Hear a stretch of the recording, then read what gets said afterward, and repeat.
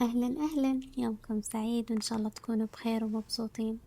لو أول مرة تزورون قناتي، أنا ناي أشارككم رحلتي مع الجورنال والتخطيط، مو عشان الكمال لكن عشان الجورنال بالنسبة لي مساحة أكون فيها على طبيعتي وأستخدم الأشياء اللي أحبها بدون أي قوانين.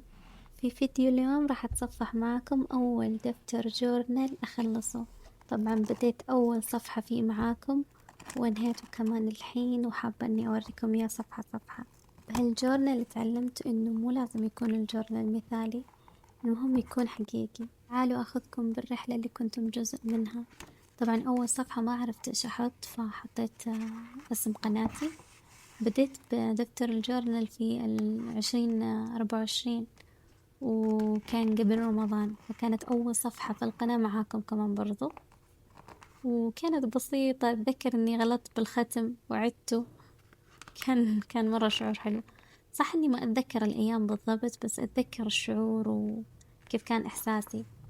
هذا ثاني صفحة، يعني ممكن نقول إني حسيت نفسي إني واو انجزت. وقتها ما كنت أتفرج صراحة كثير على أشخاص يعني يسوون جورنال، فكان يعني أقدر أقول من مخي كل هذا.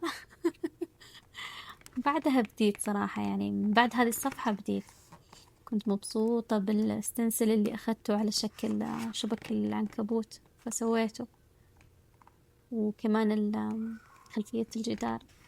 هنا كنت قاعدة أجرب الطوابع اللي أخدتها، طابع النافذة والباب. أهم شي ستيكر اللي تاكل نودلز. كنت أترك فراغ عشان أكتب فيه، بس ما كتبت أي شي للحين، بعدين إن شاء الله أكتب. هنا هذه كمان أتذكر كانت من بطاقة طوابع البنوتة هذه فسويته. هذه كمان الصفحة سويتها قبل العيد. شايفين كيف كل شي مبعثر، يعني أحس ما كان عندي فكر معين في صفحات الجورنال.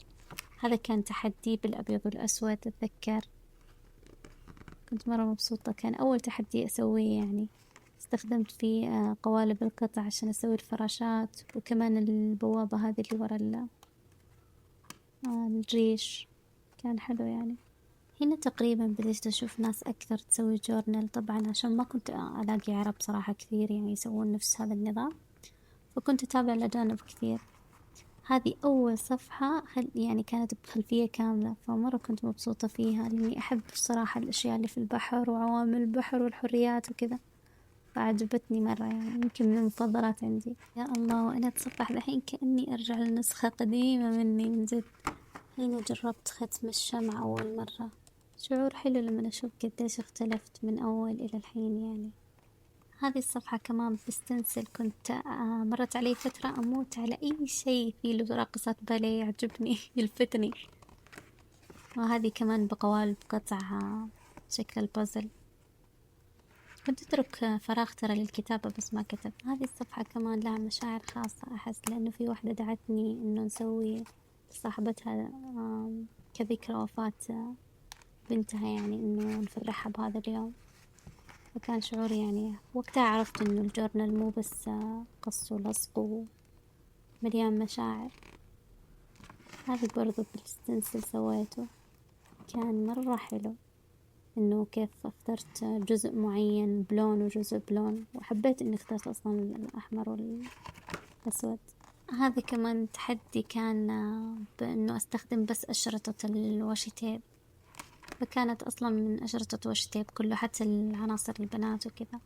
هنا كان ثيم الخريف وثيم الشتاء، ما حسيت إنه كان واو يعني، بس إني حاولت أجرب إنه أسوي نفس نظام الأجانب وزي كذا.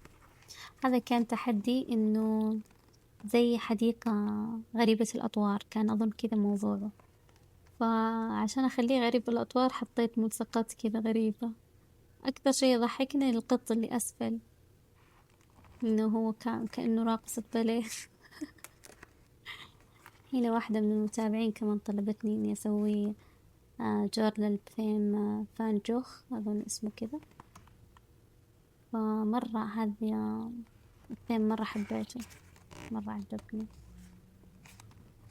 هذا بالطوابع، للحظة حسيته كأنه دفتر تلوين. طوابع الختم اللي عندي. صراحة يا بنات هنا بيني وبينكم ما أدري بإيش كنت أفكر، يعني ليتني استخرت قبل لا أسوي النقط على الجدار، كأنه صايبة عنقص. بس يلا معليش نتعلم. ما أدري ليش حطيت هذول الأشياء.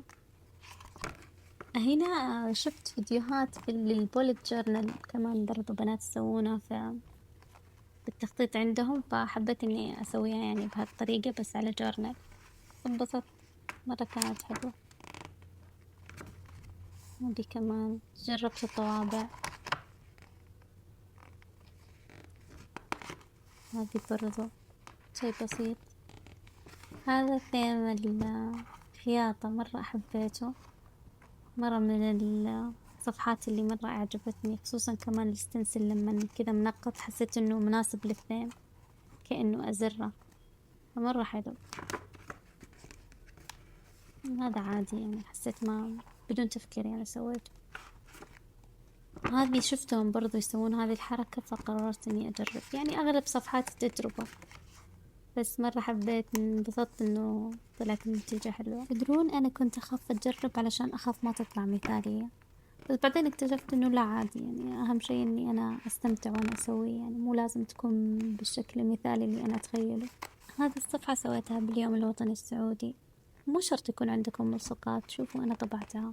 هذه الصفحة كمان كانت تحدي إنه أسوي صفحة جورنال بس باستخدام عنصرين، أتوقع إنه الأوراق وستنسل بس. هذه الصفحة أتذكر إني استخدمت أختام جديدة وكانت تطلع الحواف يعني كذا تخرب الصفحة، فواحدة من المتابعات الله يسعدها قالت لي إنه أمسح الطرف في المنديل، وجد استفدت يعني من بعدها صار كأنه الوضع أحسن.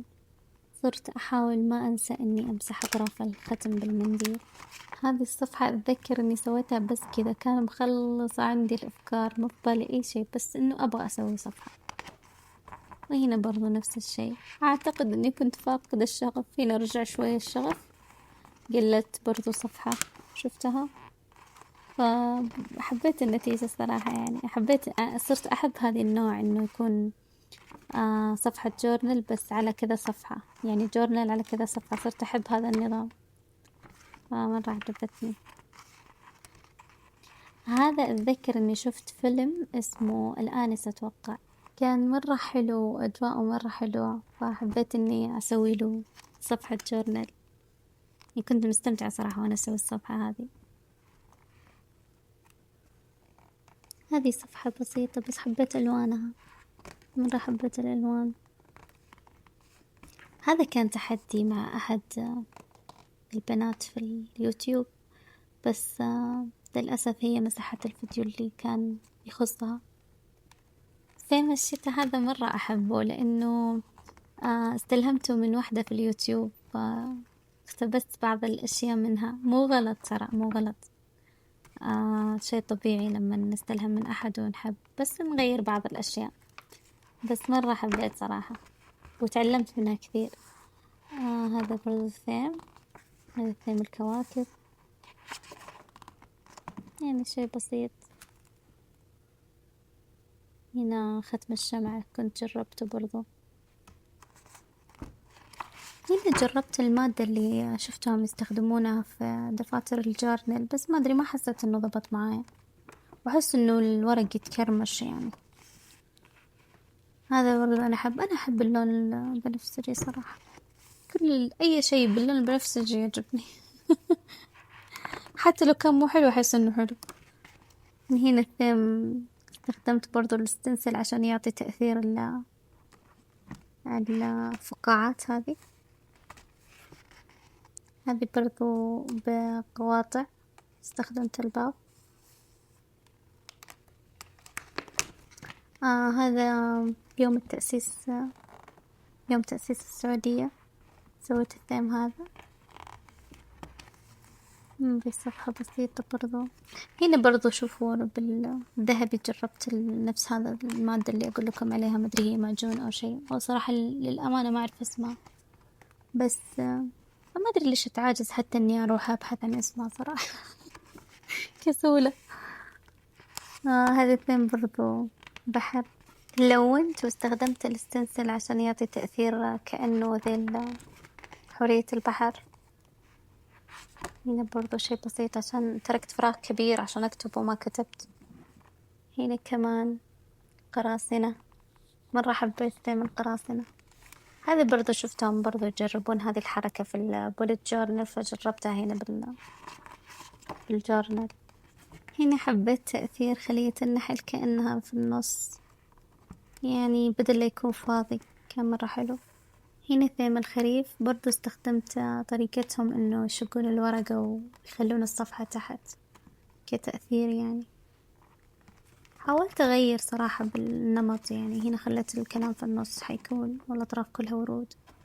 نادر ما أستخدم الوشي تيب عشان كذا استخدمته هنا. هذه برضو ببطايق كانت بطاقات بريدية برضو استخدمتها. هذا ثيم الشتاء بأوراق قصصتها. ثيم الكوفي، ما أعرف ليش عبيت الصفحة يعني صراحة ملصقات ما أعرف إيش كنت أحس. هنا استخدمت الألوان المائية كخلفية، وأطراف الصفحة استخدمت قوالب القطع. هذا برضو الوشي تيب كله خليته خلفية من وصلني من متجر ناسي اسمه صراحة. هنا ثيم السيرك، كان من أول نفسي أسوي ثيم السيرك وأخيرا سويته. مبسوطة إني سويته بهذا الجورنال،